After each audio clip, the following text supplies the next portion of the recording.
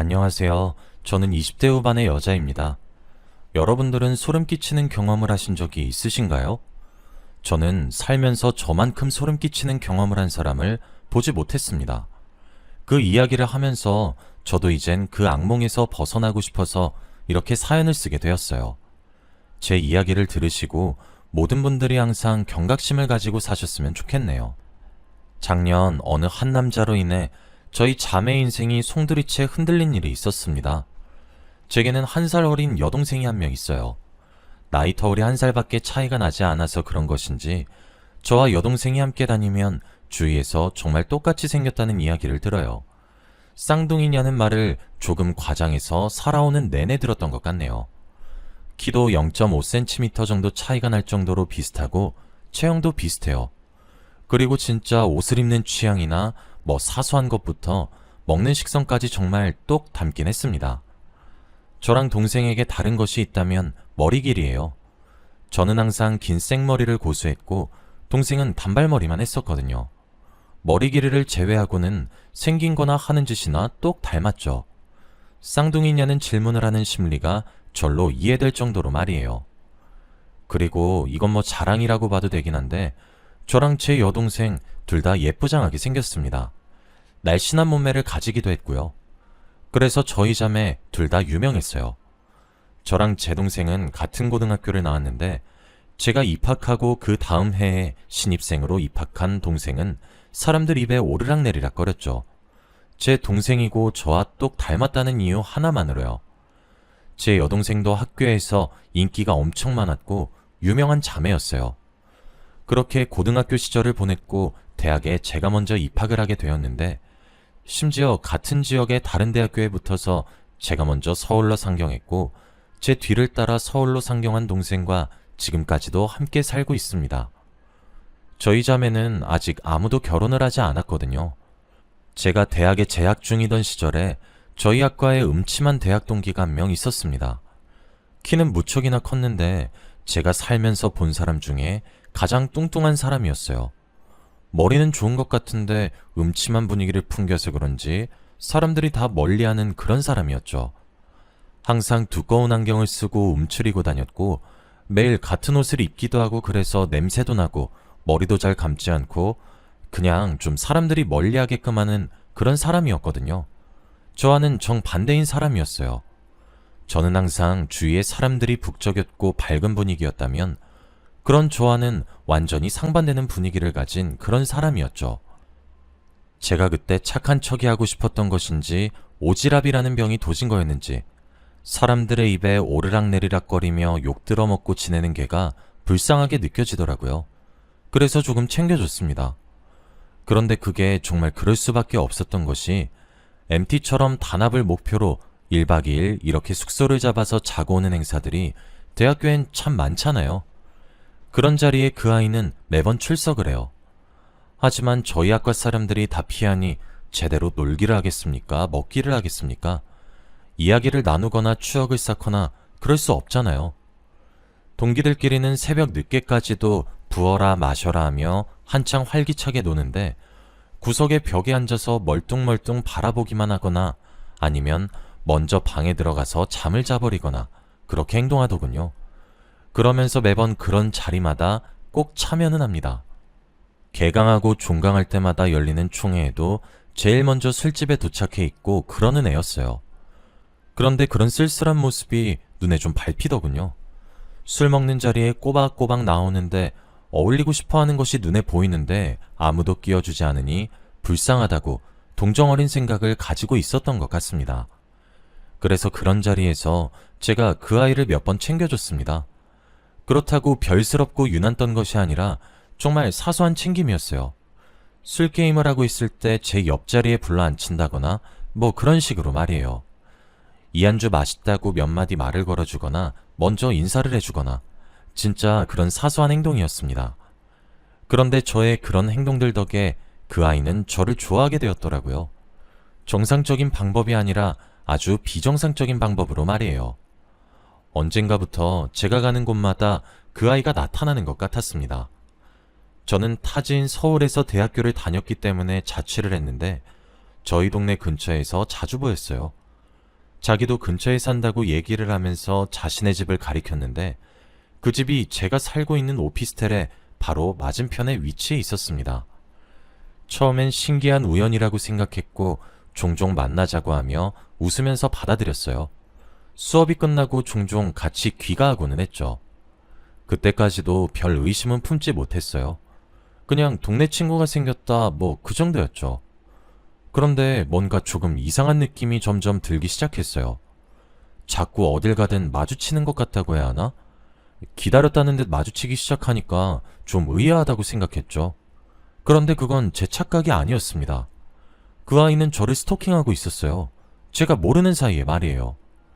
제가 알게 된 경위는 학교에서 일어난 싸움 때문이었습니다. 대학 생활을 새내기답게 즐기고 있었습니다. 과방에 가기 위해 동기 몇몇과 함께 복도를 거닐고 있는데 뒤에서 우당탕탕 소리가 들리더군요. 그때 저는 같은 과 동기랑 연애를 하고 있는 중이었어요. 캠퍼스 커플이었죠. 우당탕탕하며 들린 그 소리는 제 남자친구가 그 아이에게 주먹을 날렸고 맞은 주먹에 균형을 잃은 그 아이가 휘청거리다 넘어지는 소리였습니다. 제 남자친구, 저희 과에서 제일 잘생겼고 키도 크고 정말 훈훈한 피지컬을 가졌어요. 그 아이보다도 키가 컸죠. 몸집은 그 아이가 더 거구였지만요. 그렇게 외적으로도 완벽한 아이였는데 저한테 매번 다정하고 따뜻하게 대해줘서 주위에서 부러움도 종종 사게 만들어주는 그런 다정다감한 남자친구였는데 그런 남자친구가 정말 욕이란 욕은 다 하면서 그 아이에게 주먹을 휘두르더라고요. 저는 깜짝 놀라서 얼른 달려가 남자친구를 말리면서 왜 그러냐고 했어요. 남자친구는 흥분을 가라앉히지도 않은 채 경찰에 신고하더군요. 그리고 그 틈에 그 아이가 도망을 가려고 했는데 남자친구가 바닥에 깔아 뭉개고 그 위에 앉아서 포박하듯 도망도 못 치게 하더군요. 저는 영문도 몰랐지만 무섭게 화를 내는 남자친구가 오히려 무섭게 느껴졌어요. 남자친구는 저 멀리 날아간 그 아이의 휴대폰을 집어오라고 했고 전 시키는 대로 했어요. 저희 과가 있는 층이라 그런지 선배들 동기들 너나 할 것 없이 복도로 나와 구경하고 말리고 있더군요. 그 사이 경찰이 도착했고 남자친구는 순순히 그 아이를 풀어주었습니다. 그런데 경찰에 제 남자친구를 고발하듯 행동할 거라고 생각했는데 묵비권을 행사하더군요. 남자친구는 당장 휴대폰 비밀번호를 풀라고 종용했습니다. 저를 보호하듯 뒤로 숨기면서 말이에요. 그러면서 경찰에게 저를 몰래 촬영하는 것을 목격했다고 얘기를 하더군요. 저는 깜짝 놀랐습니다. 아니, 그 자리에 있는 모두가 깜짝 놀랐죠. 그런데 하얗게 질린 채로 끝까지 거부를 하더라고요. 함께 온 여경찰이 이러면 서로 연행해가는 수가 있다며 으름장을 놓으니 어거지로 휴대폰 비밀번호를 풀더라고요. 거의 울먹이듯 훌쩍이면서 말이에요. 그리고 휴대폰 안엔 정말 끔찍한 것들이 담겨 있었습니다. 그동안 하루에 수백 장은 좋게 찍은 모양인지 제 이름으로 된 사진 폴더가 따로 있더군요. 10,000장이 넘는 사진과 동영상들이 있었죠. 저희 집 맞은편 오피스텔에 사는 것은 알고 있었는데 저와 같은 층에서 사는 줄은 몰랐어요. 정말 창문을 열어 밖을 쳐다보면 바로 제 집이 보이더라고요. 항상 블라인드가 쳐져 있던 집이 있었는데 그게 그 아이의 집이었고 블라인드 사이에 카메라 렌즈를 고정해 제 일상생활을 내내 훔쳐보고 있었더군요. 제가 옷을 갈아입는 모습까지 촬영했던데 말 다 한 셈이죠.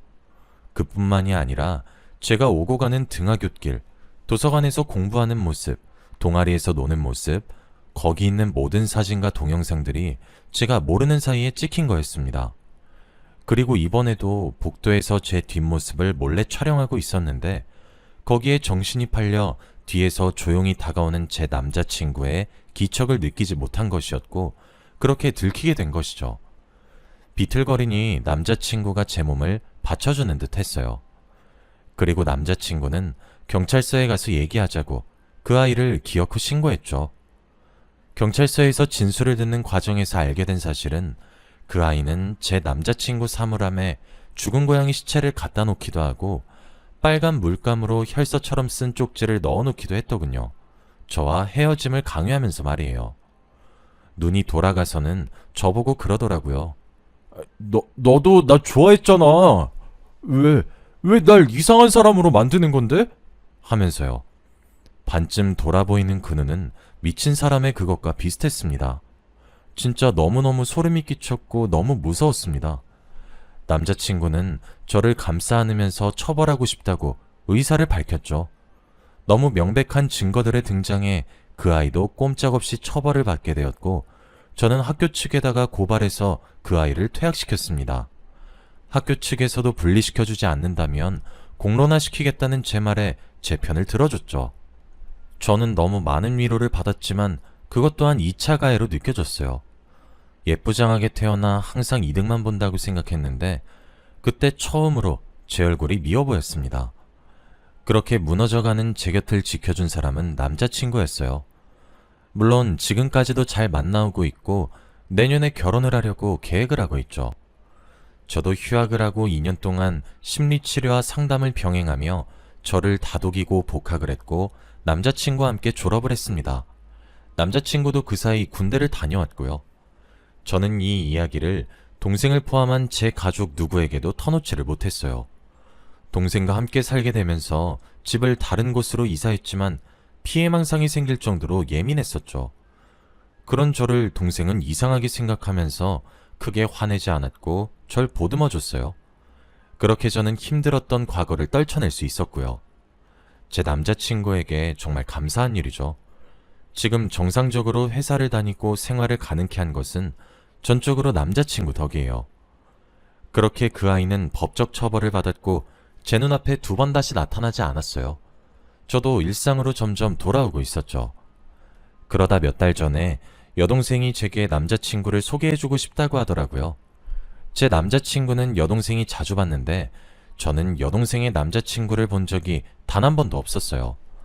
그런데 먼저 소개시켜준다고 하니 너무 기분이 좋았어요. 제 남자친구도 함께 부르려고 했는데 남자친구는 일정이 맞지 않아 저희 셋이서 보기로 했어요. 그렇게 인사를 나누게 된 여동생의 남자친구. 서글서글한 얼굴에 큰 키를 가지고 있었고 직업도 괜찮아 보이더라고요. 그런데 왠지 모르게 정은 안 간다고 해야 하나? 여동생이 너무 좋아 죽으려고 해서 축하는 하겠다만 별로 응원은 하지 않게 되는 그런 사람이더라고요. 어디서 본 것 같기도 한데 저렇게 잘생긴 얼굴을 제가 잊었을 리가 없고 오만 생각이 들더라고요.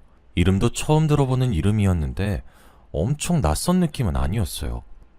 통성명을 하고 술자리를 하면서 그 사람이 생각보다 더욱 괜찮은 사람이란 생각을 하게 되었고 제 여동생을 믿고 맡길 수 있겠다 싶었어요.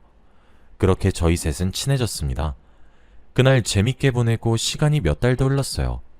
제 남자친구도 그날 재밌게 놀았냐며 자기도 소개시켜달라고 여동생한테 말하기도 했죠. 하도 저랑 오랜만에 만나서 제 여동생도 오빠 오빠 하며 잘 따르기도 합니다. 형부 소리는 아직 입에 안 붙는다고 하더라고요. 그렇게 넷이서 만나는 자리가 마련이 되었어요. 그런데 저와의 만남이 유야무야 넘어가서 자신감이 넘쳤던 건지 제 남자친구의 눈까지 속일 수 있다 장담을 한 것인지 그 자리를 만드니 나오더군요. 그리고 제 남자친구는 단번에 제 여동생의 남자친구의 정체를 한눈에 꿰뚫어 봤죠. 그놈은 저와 제 남자친구의 동기였던, 그리고 제게 병적으로 집착했던, 그래서 스토킹을 했던 바로 그 새끼였습니다. 법적인 처분을 받고 퇴학을 당했던 그놈은 그 몇 년 동안 전신지방 흡입으로 지방을 걷어내고 운동을 해서 살을 뺐더군요. 원체 키가 원래도 컸던 놈이어서 살만 빼도 잘생겨진 거였어요. 이름도 개명 신청을 해서 전 이름이 연상도 되지 않게 아예 다른 느낌으로 바꿨고 제 동생에게 접근을 한 거였습니다. 제 남자친구 저와 오랜 기간 만나서 제 여동생과도 친분이 두터워요. 남자친구는 심지어 외동아들이라서 형제 있는 사람들을 항상 부러워했어요. 일가 친척들 중에서도 남자친구 또래의 친척이 하나도 없거든요. 같은 촌수에서는 위로 띠동갑은 우스울 정도로 나이 차이가 나서 사촌형보다 사촌형이 낳은 조카와 나이 차이가 덜 날 정도예요. 그래서 제 여동생을 정말 끔찍히 아낍니다. 그러니 저희 여동생도 제 남자친구를 저를 따르듯 친오빠처럼 잘 따르는 것이기도 하고요. 그런 예비 처제 남자친구를 소개받는다고 해서 잘해주겠다고 다짐했는데 눈앞에 나타난 새끼가 몇 년 전 자신의 여자친구를 스토킹한 새끼고 그놈이 이제 예비 처제와 교제를 한다고 하니 남자친구 눈이 당연히 뒤집어지죠. 술집은 바로 개판이 되었어요. 남자친구가 운동에 취미가 있는 사람이라 그런지 쉽게 그놈이 제압되더군요. 남자친구는 몇 년 전에도 그랬듯이 그놈의 휴대폰부터 확보했어요. 시간이 오래 지나 그런지 이젠 그놈의 지문만 있으면 휴대폰이 저절로 풀리더군요. 몇 년 전에 걸렸을 땐 그렇지 않았는데요.